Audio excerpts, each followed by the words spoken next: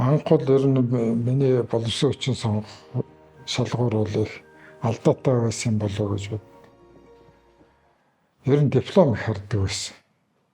Энэ улаан дипломтой төгсчүү, чанартай төгсчүү, сайн сурчүү гэж хардаг. Тэгээд мэдээж улаан дипломтой төгссөн, сайн төгссөн хүүхдүүд сайн ажиллах юм ч вэ, сар ажиллах юм ч вэ. Тэгээд ер нь сүүлийн үед бол арай өөрөөр хардаг болсон. Хүнд сэтгэл чухал юм байна. Нөгөө миний яриад байдаг чинь сан. Өөрөөр хэлбэл хүний сэтгэлийн танаад энэ хүн үнэхээр чин сэтгэлээсээ ажиллах, амжилтанд хүрэх гэсэн эрмэлзэлтэй ажиллаа сайн хийх гэсэн эрмэлзэлтэй хүнийг нэгдүгээр ээлжин сонгох ёстой юм байна гэж боддог болсон. Ажиллаа сайн хий гэж бодсон хүн бол мэдээж одоо дипломтой хүн гэдэг чинь тодорхой шалгуур хангацсан, тодорхой стандартын шаардлага хангацсан хүн гэсэн үг шүү. Тэгээд мэдээж одоо мэдлэг дутуу байх юм бол тэрийг эргээд номноос, багш нараас, интернетээс нөхөд олно. Туршлага дутсан бол олон жил ажиллаагүй ч гэсэн ажиллах сэтгэл байх юм бол ажилдаа зүтгэж хийж байгаа туршлага олоод аавна. Юм хийж үтэн. Тийм учраас сэтгэл чухал, хандлага чухал юм байна. Нэгдэх юм. За хоёр дахь нь гэх юм бол харилцааны соёл. Хүн өөрөө өөрийгөө ойлгуул харилцааны чадвар гэх юм. Хичнээн өндөр мэдлэгтэй чадвартай байгаад өөрийнхөө хийж бүтээх гэсэн юм дарга нартаа танилцуулаад дэмжлэг авчид. За хамт олноостой ойлгуулад хамт олныхоо дэмжлэгийг авчид түү хэрвээ хүн удирж байгаа бол удирж байгаа хүмүүсээ ойлгохгүй тэднэртэй зорилгоо ойлгуулж чадахгүй хийх гэж байгаа юм ойлгуулж чадахгүй бол амжилтанд хүрдэггүй л дээ.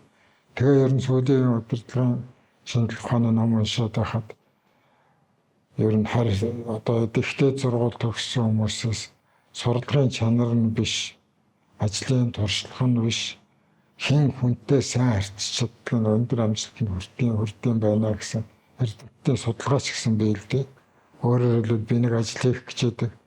Дарга нартай ярьж байгаа тэднэрийнхээс дэмжлэгийг авчиаддаг. Хамт ажиллаж байгаа хүмүүстэй ойлгуулж чаддаг, дор байгаа хүмүүстэй ойлгуулж чаддаг л байх юм бол хүн амжилтанд хүрнэ. Хийснээ бас ойлгуулж чаддаг, хийх гэж байгаагаа ойлгуулж чаддаг байх ёстой гэж бодож байна. Хоёр дахь гол онцлог бол харилцааны чадвар юм да.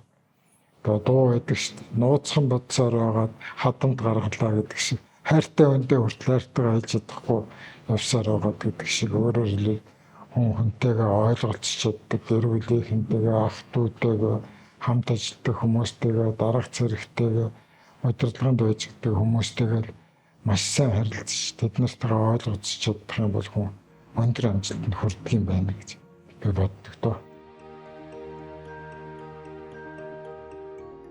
Тэгээ мэдээж одоо шилдэг компани байхын тулд шилдэг хүний нөхцөл байх ёстой л доо шилдэгийн шилбэрүүдийг цуглуулах ёстой. Тийм учраас одоо шилдэг хүмүүс бол зүгээр хүрээд ирдэг. Ялангуяа Монголд бол одоо хувийн хвшлийн, хувийн байгууллагуудын нэр хүнд их муу шүү.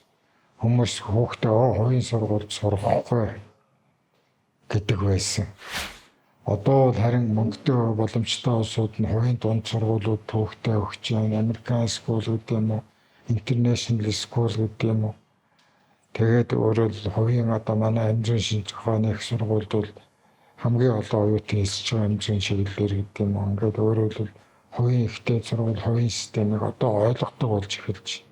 Хүмүүс эмнэлэгт үзүүлэхдээ улсын эмнэлэгт үзүүлнэ гэдэг байсан бол одоо грант медик гоё эмнэлэг байна. Интернет гэдэг гоё эмнэлэг байна. Бага төхөөрөмж сайтай, хүмүүсийн чадвар сайтай ингээд бас тодорхой хэмжээнд хувийн эмнэлгүүдийн нэр хүнд өсөж байна л дээ. Тэрнтэй адилхан одоо хувийн компаниудад хүмүүс ирэхдээ эхний үед бол маш дургуй байсан. Нөгөө тал дээр цалин мөнгийг бол одоо бас ямар байх ёстой одоо тэднийг дэмжлэг ямар байх ёстой гэдэг олон талын юм байна. Тэгээд тэр бүхнийг багаагаар хэрэгжүүлээд байсны үр дүнд одоо манайд хоёр төрлийн шагналтай ажиллаж байна. Нэг нь бий байгаа, нөгөө нь одоо манай лагу актимч байгаа.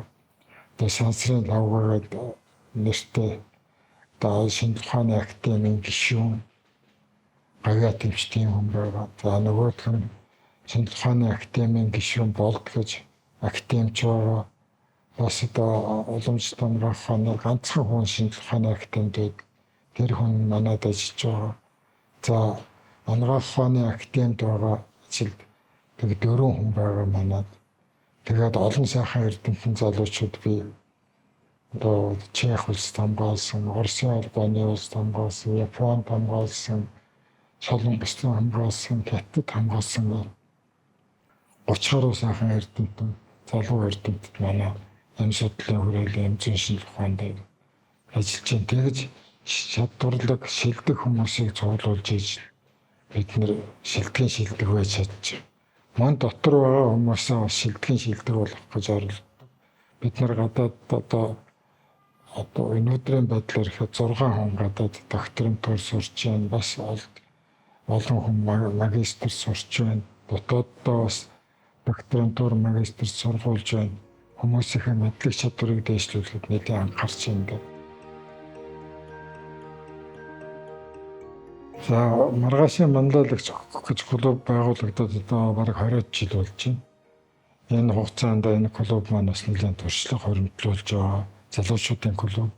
За манай үйл ажиллагаа хүний нөөц хариуцсан одоо газрын харьяанд ажилладаг. Яагаад гэвэл одоо бас үйл ажиллагаа хүний нөөц хариуцсан албад маань бас ерөнхийд нь ажлын чиглүүлж дэмжиж тусалж байдаг залуучуудынхаа санаачлан арилмэлцгийг нэлээд дэмждэг. Тэгээд нэгдүгээр би түрүү ярьсан тэр залуучуудаа удирдлагын онлын ер нь энэ олон клуб би энэ дотроос энэ сая маргаашийн манлайлагч клуб маань бол топ менежерүүд удирдагч нар одоо төрүүлэх хүмүүжүүлэх ийм зорилготой. Тийм учраас онлын их мэдлэг өгдөг маш их семинар хийдэг. Өөрсдөө бас бие дааж олон семинар лекц удирддаг. Дээр нь бид нар маш их одоо гүйцэтгэлийн чадварыг сайжруулах гэдэг олон даалгаврууд өгдөг. Өөрсдийгөө сорох, дадлахжуулах гэдэг. Энэ бүхний үр дүнд бол ирээдүйн удирдагч дотроосоо төрж байгаа. Нөгөө талаар дотроосоо төрдөг нэг давуу тал нь бид нар монсийнхаа соёлыг бас сайн мэд. Ер нь хүмүүсийг удирдахад яах вэ? Ер нь яс суртахууны хувьд ямар байх ёстой, яаж манлайлах ёстой гэсэн ерөнхий соёлын хүрээнд бас төлөвшдөг болохоор дотроосоо бид нар захирлуудыг бий болгодог. Гэхдээ дан ганц дотроосоо гэдэг хослуулдаг л да. Одоо гадаад сургуульд өсөдөрсөн өөр компани хөөж ажиллаж байгаа тодорхой туршлагаа зэмсэн хүмүүсийг бас авдаг. Аль алийг хослуулдаг.